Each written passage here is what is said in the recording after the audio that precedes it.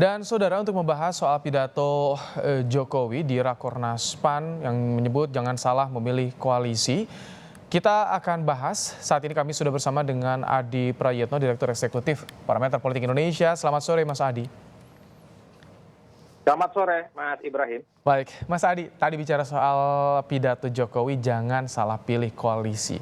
Apa yang Anda baca soal maksud tujuan dari kalimat ini? Ya, saya kira dua hal maknanya. Pertama, Jokowi ingin memastikan Partai Amanat Nasional yang saat ini menjadi pendukung utama Jokowi berkoalisi dengan partai politik yang jelas-jelas akan melanjutkan semua legasi, semua mercusuar politik yang sudah dilakukan oleh Jokowi. Itu pesannya jelas ya. Jadi jangan sampai PAN itu berkoalisi dengan orang, dengan partai yang jelas-jelas mengatakan Jokowi gagal, infrastruktur itu ugal-ugalan, IKN itu adalah proyek ugal-ugalan dan seterusnya. Itu pesan pertamanya Mas Ibrahim. Yang kedua tentu saja secara tidak langsung Jokowi ingin menegaskan bahwa 2024 itu janganlah berkoalisi dengan partai politik ataupun poros politik yang jelas-jelas mengusung politik identitas. Karena Jokowi di berbagai kesempatan mengatakan bahwa di 2024 jangan menggunakan politik identitas yang jelas-jelas telah membelah politik Indonesia, terutama Pilkada 2017 ataupun Pilpres 2019 yang lalu.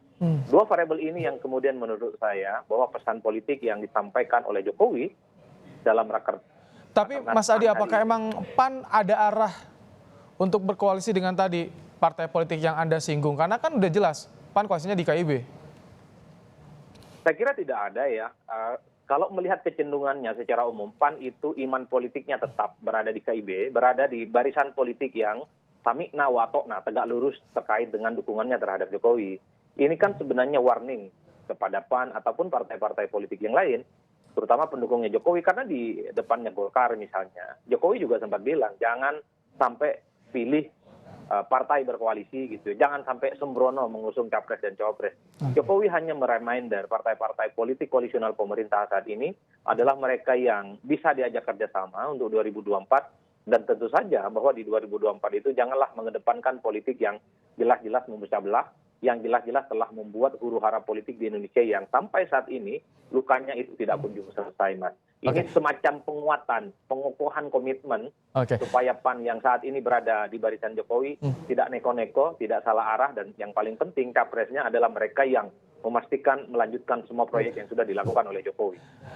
Mas Adi, bicara soal jangan salah pilih, apakah ini menegaskan kepada sosok yang hadir di Rakornas PAN kali ini atau ke siapa yang menurut Anda?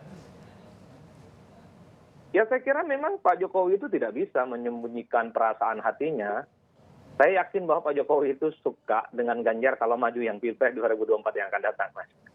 Jadi itu yang kemudian sebenarnya sudah menjadi rahasia umum. Cuman kan Jokowi tahu persis persoalan capres dari PDIP itu menunggu fatwa ketua umum mereka, Megawati Soekarno Putri. Jadi sekalipun gestur tubuh, bahkan di berbagai kesempatan Jokowi mengendorse Ganjar Pranowo misalnya, tapi tidak serta-merta menyampaikan ini secara eksplisit karena itu dianggap takut mendahului kehendak ketua umum partai, dan tentu saja Jokowi tidak mau ada resistensi. Tapi kalau ditanya rata-rata siapa jagoan Pilpres 2024, pastinya jawabannya adalah Ganjar Pranowo. Itu pertama, Mas. Yang kedua, silakan Mas Adi. Yang kedua, kan sebenarnya kehadiran Ganjar Pranowo di acara PAN, apalagi ada Jokowi, pastinya ini sudah izin ke PDIP. Ini soal akhlak berpolitik saja. Kan banyak partai yang sebenarnya mengusung Ganjar Pranowo, misalnya beberapa waktu yang lalu PSI misalnya. Tapi karena dia nggak izin, maka mendapatkan resistensi.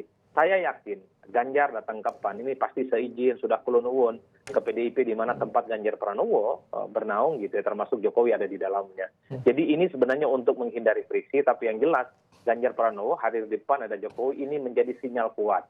Betapa Jokowi itu sebenarnya dari hati terdalamnya tentu berharap Ganjarlah yang nantinya bisa maju. Di situ apalagi ada Erick Thohir yang belakangan ini sudah mulai dipankan, Mas.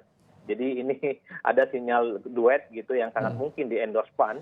Bagayung bersambut ya Mas Adi ya, dari PAN juga tadi nyinggung juga. Tapi Mas Adi, sebelum bahas soal tadi dua pasangan yang juga disinggung, apakah jangan salah pilih koalisi ini ya, memang hanya ditujukan untuk PAN atau kepada partai lain juga yang saat ini berada di pemerintah?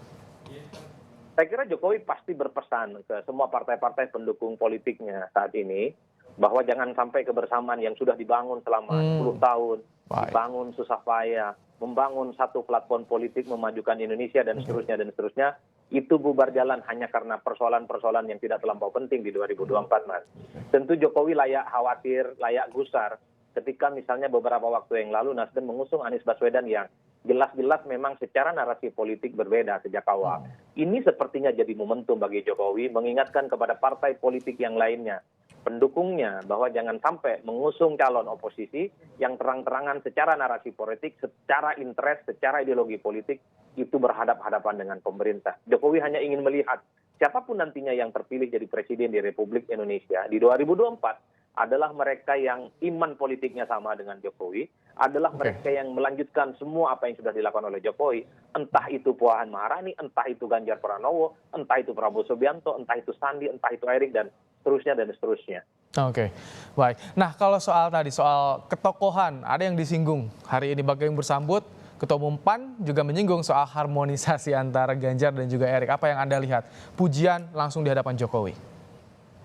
Ya, bagi saya sederhana membaca pernyataan Ketua Umum PAN ya, Pak Zulkifli Hasan. Sejak awal Ganjar Pranowo itu adalah salah satu nama yang masuk dalam nominator capres yang akan dijagokan oleh PAN ya. Bersama nama-nama lain misalnya ada Erlangga Hartarto memang disebut.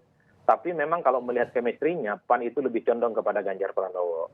Kenapa misalnya kemudian dipasang-pasangkan dengan Erick Thohir? Katanya terlihat ini adem, kelihatan akur dan seterusnya. Karena kita tahu Mas, Erick Thohir ini kan belakangan cukup lengket dengan PAN. Di berbagai kesempatan, di berbagai event, Erick Thohir selalu hadir dalam acara-acara PAN. Per hari ini di acara Rakernas misalnya, PAN mengatakan Erick Thohir dengan sebutan saudaraku yang bagi PAN itu adalah orang dalam sebenarnya. Jadi tidak mengherankan kalau kemudian Erick Thohir itu sebenarnya sudah dianggap PAN. Darahnya darah biru, darah PAN, darah matahari putih gitu ya. Makanya saya cukup yakin di perundingan koalisi Indonesia Bersatu nantinya, Erick Thohir akan coba untuk disondingkan oleh PAN sebagai salah satu opsi cawapres yang sangat mungkin nantinya akan diusung misalnya berpasangan dengan Ganjar Pranowo atau berpasangan dengan siapapun yang nantinya disepakati oleh KIB. Mas Adi, kalau Anda lihat apakah dua nama ini juga masuk dalam bursa di KIB atau hanya PAN saja kalau Anda lihat? Karena tampaknya belak-belakan nih Pak Zulhas. Saya kira setiap partai politik di KIB, entah itu Golkar, entah itu P3, dan entah itu PAN, pastinya akan membawa satu nama yang coba untuk disorongkan sebagai kandidat capres ataupun cawapres ya. Tapi kalau persoalan Ganjar Pranowo, saya kira semua partai politik ini bersepakat, Mas. Di berbagai kesempatan misalnya P3 tidak bisa menyembunyikan kesukaannya dengan P3. PAN jelas suka, termasuk misalnya Golkar sangat mungkin akan mengusung Ganjar Pranowo dengan catatan misalnya berpasangan dengan Erlangga Hartarto. Kalau Golkar mengusung Erlangga Hartarto, bukan tidak mungkin PAN akan mengusung nama Erick Thohir, sementara P3 akan memunculkan nama lain seperti Sandiaga Uno yang memang belakangan ini juga sangat santer dikaitkan dengan P3. Jadi inilah yang saya kira masih cukup terbuka soal siapa yang akan maju di KIB. Tapi yang jelas ketika Erick Thohir sudah dipankan, P3 mungkin akan men-P3-kan Sandiaga Uno, maka sangat mungkin dua orang kami tangkap di KIB. Mas Adi Prayitno, terima kasih telah memberikan pandangannya dalam program Kompas Petang sore hari ini. Sehat selalu Mas Adi. Selamat sore Mas Ibrahim. Baik.